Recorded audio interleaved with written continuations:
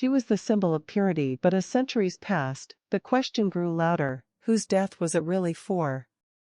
This is Lucretia. A woman whose tragedy became the justification for a republic, but in the whispers of medieval poets and Renaissance minds came a different truth.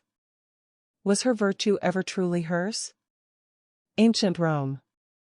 Lucretia, celebrated as the chaste and faithful wife, takes her own life after being violated by a prince.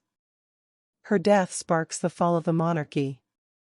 A tragedy turned into a revolution, but this story was written by later historians like Livy and Dionysius. What they recorded may not have been the woman herself, but the version of her that served a political purpose. From the 16th century onward, Lucretia's image began to shift. Poets began to ask, did she really resist?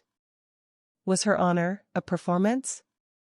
Artists painted trembling hands, tear-filled eyes, and passive, vulnerable nudes. Was it a noble death for virtue? Or the final moment of a girl drowning in guilt and despair?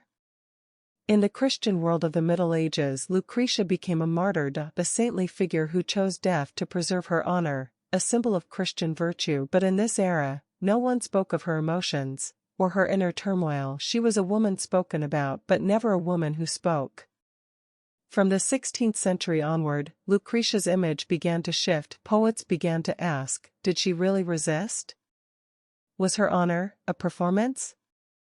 Artists painted trembling hands, tear-filled eyes, and passive, vulnerable nudes. Was it a noble death for virtue, or the final moment of a girl drowning in guilt and despair? What art tells us isn't always the truth. Lucretia's suicide. Was it a real tragedy? Or a symbol crafted for political convenience? Behind the word purity, how much pressure? How much silence? Was she forced to bear? What have we truly believed? History? Myth? Or something carefully staged? Lucretia's story became the foundation of Rome. But that foundation was built on her death and a carefully crafted image of virtue. History is told by those in power.